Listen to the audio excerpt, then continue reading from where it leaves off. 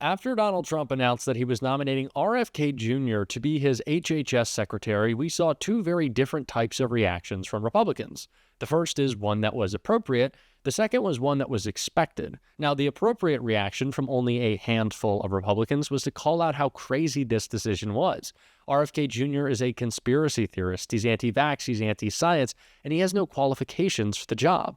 But the second reaction from a majority of Republicans was to back Donald Trump, because they're spineless, and they don't care that RFK is dangerous, that he would put people's lives at risk, children's lives at risk with his lies and anti-vax conspiracies. No, they were willing to back him up. And that's exactly what they did. Now, it wasn't just by supporting Donald Trump, it was trying to put their own propagandized spin on it, saying that RFK doesn't want to take away vaccines, which he does. He just wants to make America healthy by fixing our diet, getting rid of bad foods, junk foods, which I would be supportive of if that wasn't a lie from MAGA, because we tried to do this before. Michelle Obama did about a decade ago, and the reaction was very different. And that's all coming back now, and a takedown that is triggering MAGA, and especially the folks at Fox, into a complete meltdown, and we are going to get into that all. But before we do, if I could quickly ask you to leave a like on this video, and if you haven't already, to hit that subscribe button. It goes a long way, and it really means the world to me. Now, before we get into that MAGA meltdown that I want to check out, I want to see Jesse Waters' defense of RFK Jr., because, again, I think it's important to call out the shine that they're trying to put on his lies. RFK Jr. would oversee agencies that lied about COVID and told us to hide from a virus that spreads inside. Why are Democrats so bent out of shape about a ripped 70-year-old wanting to take food coloring out of Doritos and go for a hike once in a while? This guy wants clean water and fresh fruit, and Democrats are calling him crazy. RFK Jr. is saying, let's diet and exercise, and the left saying, no, no, no, stay inside, eat takeout, and inject Ozempic. If anyone tells you that's healthy, they're the threat. Trump's mandate was to make America healthy again, get DEI and CRT out of the Pentagon, and fire the spies who lied to us. If you're against that, you just outed yourself. So this is the spin that MAGA is trying to put on RFK Jr.'s conspiracies. They're saying, no, he doesn't want to get rid of investigations into infectious disease to see how we can prevent people from getting sick. No, it's not that he wants to attack vaccines and attack preventative care. No, no, no, no, it's none of that. He just wants to take chips off the shelves, make sure things are healthier, make sure we're not putting too much sugar in the food, which, again, I would be supportive of. It is important to make sure that big food companies, that big pharma is not feeding us essentially poison. But that's not what RFK Jr. cares about.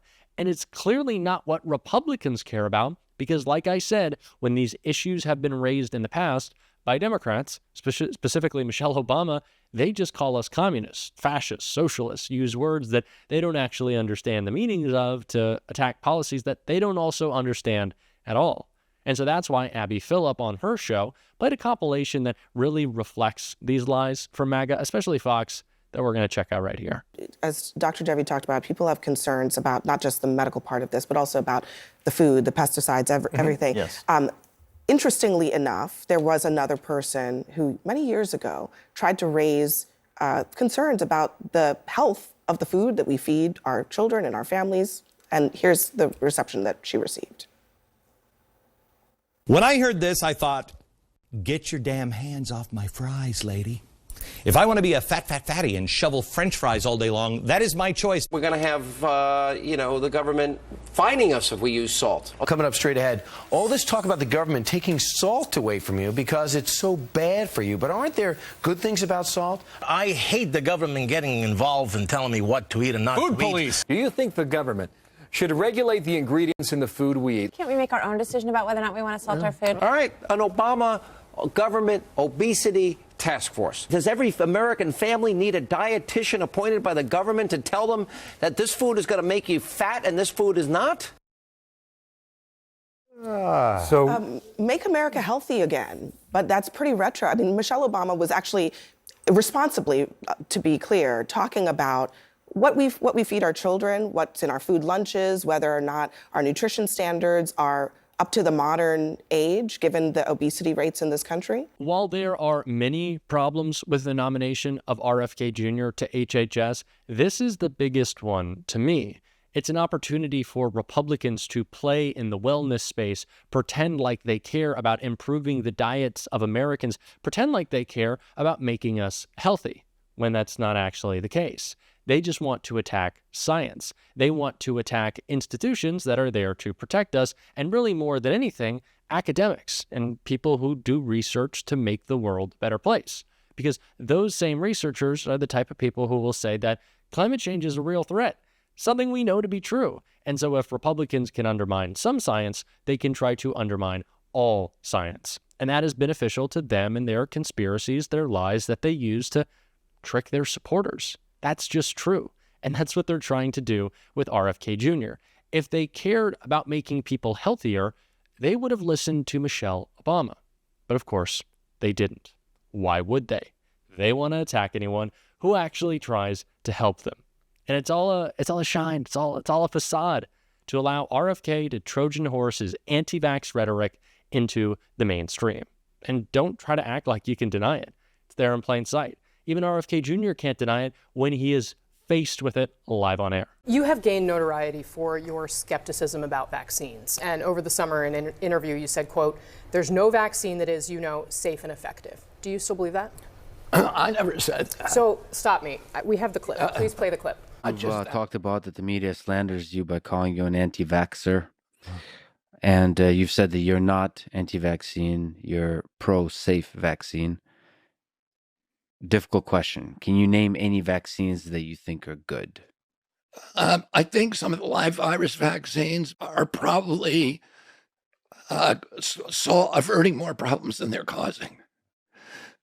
There's no vaccine that is, safe and effective. What I'm saying is that none of the 72 vaccines has ever been tested in a safety study pre-licensing. So let me ask you if you think it's wise for people to take these vaccines, because you had this to say on a different podcast about whether people with young babies should be getting them shots. Watch. For many, many years, I think parents were so gaslighted and they were scapegoated and they were vilified and marginalized, so that even parents of kids who were very, very badly injured knew what happened to their kid, but they were just reluctant to talk about it. And I think now those days are over. Our job is to resist and to talk about it to everybody. If you're walking down the street, and I do this now myself, which is, I don't want to do, I'm not a busybody. I see somebody on a hiking trail carrying a little baby, and I say to them, better not get them vaccinated. And he heard that from me. If he hears it from 10 other people, maybe he won't do it. Maybe he will save that child. Maybe he will save that child. You think preventing vaccines for a child will save that child? Do you still say this to parents? I absolutely love that clip. Not because it's funny. It's not. It's dangerous. And especially if RFK Jr. is to be confirmed, which I think, unfortunately, all of Donald Trump's cabinet nominees might be through special session. I don't know if they'll be confirmed through the Senate. There is pushback that we can still make happen, but it does scare me. But it's funny that RFK can try to lie when his words are clear because he spoke them. Maybe he forgot. I doubt that that's the case, but when he's confronted with it, it didn't look too good for him, did he? But none of Donald Trump's cabinet appointees can face their words, can face their actions, face their beliefs. Because if they did, they wouldn't get confirmed, except by a bunch of maybe spineless Republicans. But that's exactly what AOC was calling out right here. Some of the concerns you have about what he might do to HHS. Yeah, I think it's what's very important, too, is that, yes, there are these concerns about you have a baby, and anywhere in the world, protecting against polio, against measles, against very serious communicable diseases that, we would be talking about going back to the, 1700s, 1800s. This is serious. But on top of that, if you're a Republican that voted for Donald Trump, you believe in his agenda, something that is broadly popular among Republicans and Democrats are community health centers. Mm-hmm.